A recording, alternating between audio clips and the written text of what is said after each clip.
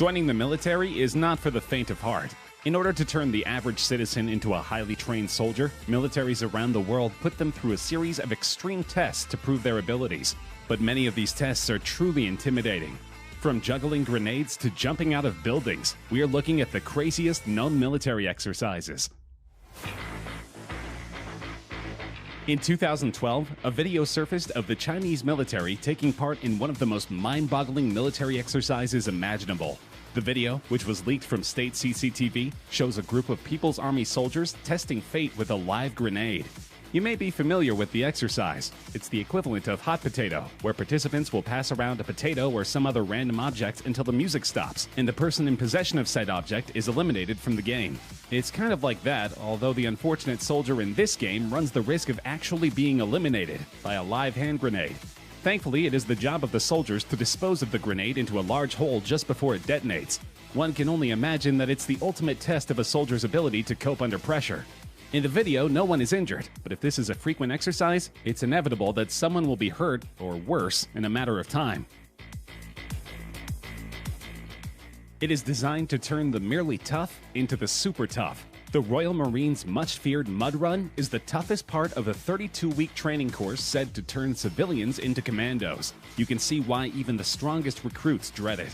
Exhausted, demoralized, and covered in foul-smelling sludge from head to toe, these Royal Marine recruits hope one day to wear the coveted Green Beret, marking them out as the elite of Britain's fighting forces.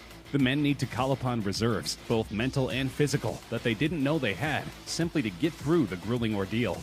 Captain Ben Chappell, who oversees physical training at the Royal Marines Commando Training Center in Limestone, Devon, said, "The Mud Run is about instilling a Royal Marine state of mind. The recruits spend up to 45 minutes in the mud that is so thick they can barely run, doing exercises and games, and it is so difficult that getting through it really builds team spirit.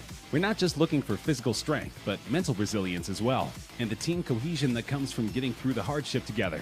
This strength and cohesion forms parts of the Royal Marines' DNA." He said the recruits would not necessarily know when the run was coming up, saying it's all about dislocation of expectation. There is an argument about whether some people are genetically wired to handle colder temperatures, or whether one must build stamina for lower temperatures by training in colder environments. The US Navy SEALs put this to the test in a very palpable way. They do this through surf torture, also called cold water conditioning.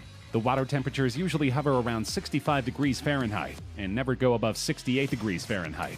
From there, trainees may be ordered to do some calisthenics or run a mile and a half down the beach in their wet clothes and boots. Then they're ordered back into the surf. Many drills also require that teams carry their rubber boots over their heads as they run from one task to another.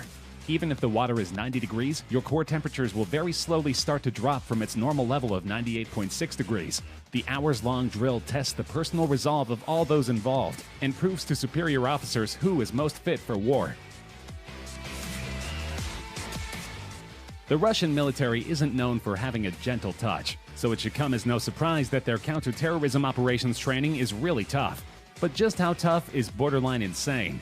Russia's Federal Security Service, called the FSB, and successor to the KGB, shoots their agents center mass to give them confidence in a terrorist-controlled situation where bullets might be flying by their heads. The trainees, wearing body armor, absorb a few rounds before firing shots back at the target. In a video, the man in front of the target is Andre, an FSB operator, who doesn't flinch as 3 rounds zing by his head. They are forced to stand motionless, and then they wait for someone to casually walk past them, but then suddenly draw a pistol and shoot them repeatedly in the chest.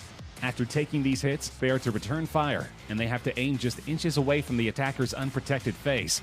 In a second drill, the trainee is given multiple cardboard targets to shoot, but while he does so, he is pushed and shoved by trainers, who yell in his ear, while guns fire immediately adjacent to his ears.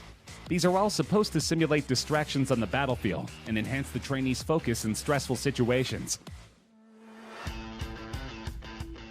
Cobra Gold is one of the Indo-Pacific's largest multinational exercises. It's also the one where US troops drink cobra blood. The exercise includes events such as an amphibious assault demonstration, landmine destruction, and a combined arms live-fire exercise. But probably the most photographed event is the jungle survival training, during which Thai instructors share with the Americans their knowledge of life-sustaining jungle sources of food and water, plants, insects, and, of course, cobra blood. For For instance, some plants can be a good source of water, and there are a lot of different fruits available for consumption. But when those options aren't available, Marines can also eat geckos, gibbons, and even scorpions. Then, of course, there is one of the most iconic aspects of the Cobra Gold jungle survival training: drinking cobra blood.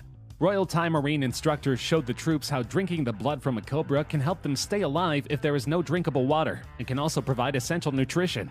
The pictures show the Marines with their heads tilted back and sticking out their tongues as the instructor drips the blood down their throats. It's not for the squeamish, and even some hardened Marines appear to have their eyes tightly shut as they get their taste of the cobra blood. In contrast, others seemed keen to have a drink of the blood of the deadly serpent. According to Marines who have taken part in exercises in the past, the cobra blood tastes fishy. Belarus is not known for its human rights or its progressive politics.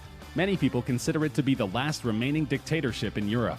And of course, to keep the dictatorship in power, the government needs an extremely fearsome military. In addition to training for chemical warfare with gas masks and protective equipment, the Belarusian Special Forces are required to undergo an obstacle course that is covered in flames. Nicknamed the Fire Walk, this exercise requires the soldiers to complete a 10K run with occasional bits of fire interspersed across the course. Sometimes they will need to walk through the fire, and other times they need to scale walls covered in flames. The Special Forces are undoubtedly an imposing unit. Belarus's ruling party has been accused of using its special forces to assassinate opposition leaders. Taiwan's Marine Corps' Road to Heaven is the final stage of a grueling 10-week amphibious training program. In order to become frogmen, candidates must crawl 164 feet over jagged, porous coral rocks in a pair of shorts. The Road to Heaven starts with a hard fall from standing to planking position.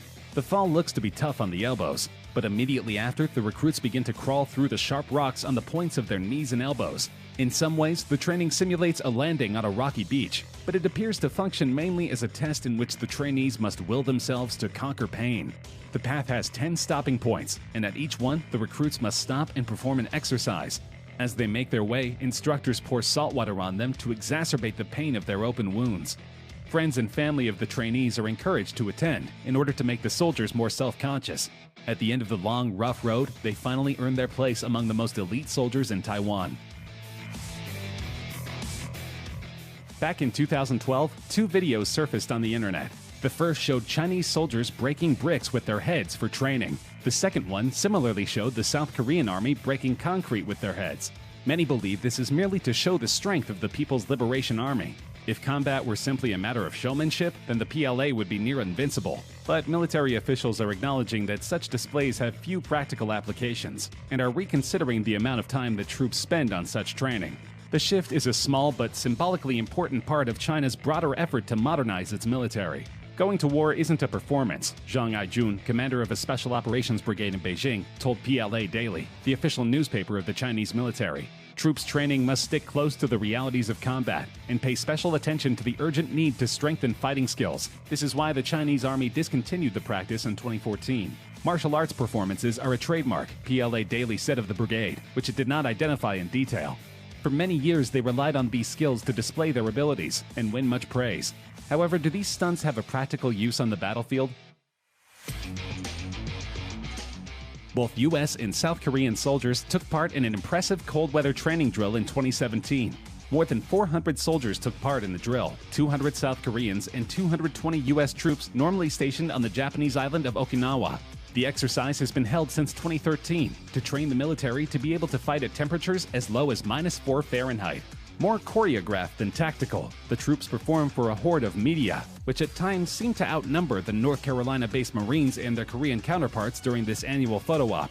An environment like this is unforgiving, said Captain Thomas Rigby, 33, of Company A, 1st Battalion, 8th Marines.